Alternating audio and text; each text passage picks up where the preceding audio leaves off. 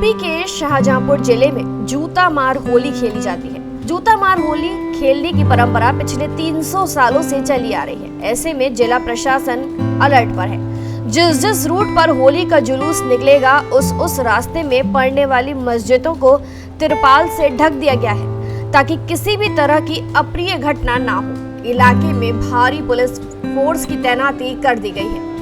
दरअसल 14 मार्च यानी जुमे वाले दिन होली पर शाहजहांपुर में लाट साहब का लंबा चौड़ा जुलूस निकलेगा। इसमें एक व्यक्ति को लाट साहब बनाकर भैंसा गाड़ी पर बैठाया जाता है। लोग उस पर रंग, जूते, चप्पल बरसाते हैं। इसलिए सुरक्षा व्यवस्था का तर्क देकर मस्जिदों को ढका जा रहा है। हालांकि ये कोई पहली बार नहीं हो रहा है। आपको बता दें, मस्जिदों में रंग गुलाल ना पड़े और कोई सांप्रदायिक विवाद ना हो, इसके लिए शहर में निकलने वाले बड़े लाट साहब और छोटे लाट साहब के जुलूस के रास्ते में पड़ने वाली 32 से ज्यादा मस्जिदों को आपसी सहमति से ढक दिया जाता है और सुरक्षा के लिए मस्जिद के बाहर पुलिस कर्मियों की तैनाती कर दी जाती है। साथ ही होली से पहले ड्रोन कैमरे से जुलूस के रूट पर पड़ने वाले घरों की छतों पर चेकिंग की जाती है।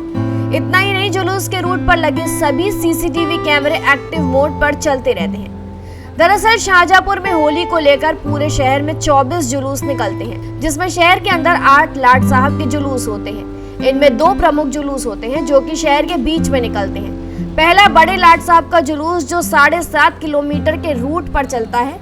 दूसरा छोटे लाट साहब का जुलूस जो 2.5 किलोमीटर के रूट पर चलता है।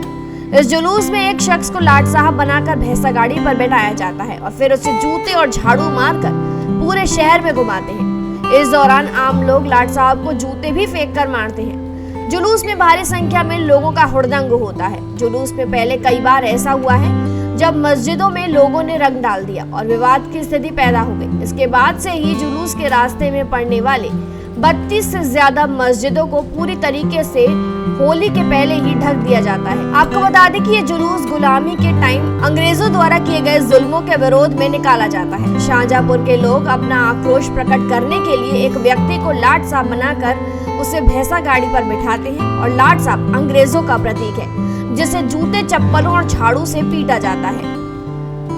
इसमें इतिहासकारों का मानना है कि ये जुलूस करीब 300 साल पुराना है। अवध शासन के दिनों में यहाँ की होली में नवाब भाग लेते रहे और इसका लिखित एविडेंस तारीखे शाहजहांपुरी में देखने को भी मिल जाता है, जब नवाब अब्दुल्ला खान ने होली खेली थी और जुलूस के रूप में वो पूरे शहर में घूमे थे। इसमें विकृति तब आई जब इनका नाम लाट साहब का जुलूस रख दिया गया। अंग्रेजों ने किसी व्यक्ति को लाट साहब बनाकर होली के मौके पर जुलूस निकाला।